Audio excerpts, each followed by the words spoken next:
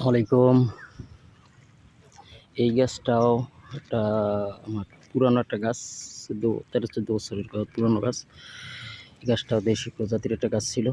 আসলে পোকায় ধরতো, ছোটো ছোটো ফল হইতো দেশি, আর এক সাইড পোকায় ধরতো। এই বছর কাইটে দিছি, ফল আচার দিয়ে ফেলাইছি ছোটো ছোটো কাইটেই, ছোটো ছোটো থাকা অবস্থায় ফাইডা সব ফল হয়েছে। তো দিয়ে কাইটে দিছি, পরে কুশি ছাড়ার পরে কলম দিছি, কলম এটা ধরিয়ে ফেলাইছে। এটা ধরছে, এইটাও ধরছে, এইটাও ধরছে, এটাও ধরছে।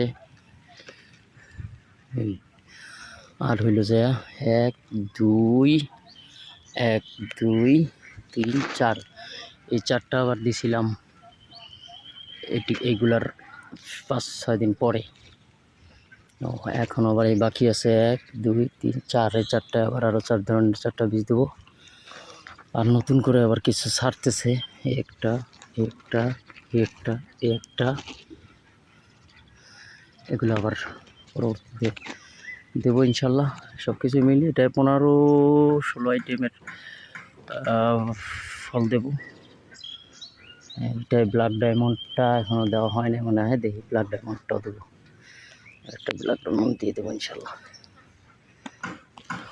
তো সব কিছু মিলিয়ে ইনশাল্লাহ অনেক উন্নত, অনেক মানে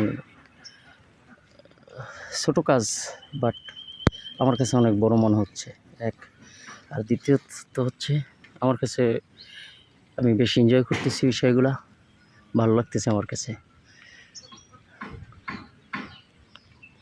তো ভালো থাকবেন, সুস্থ থাকবেন, এই কামনায় আজকের মতো এখানে বিদায়।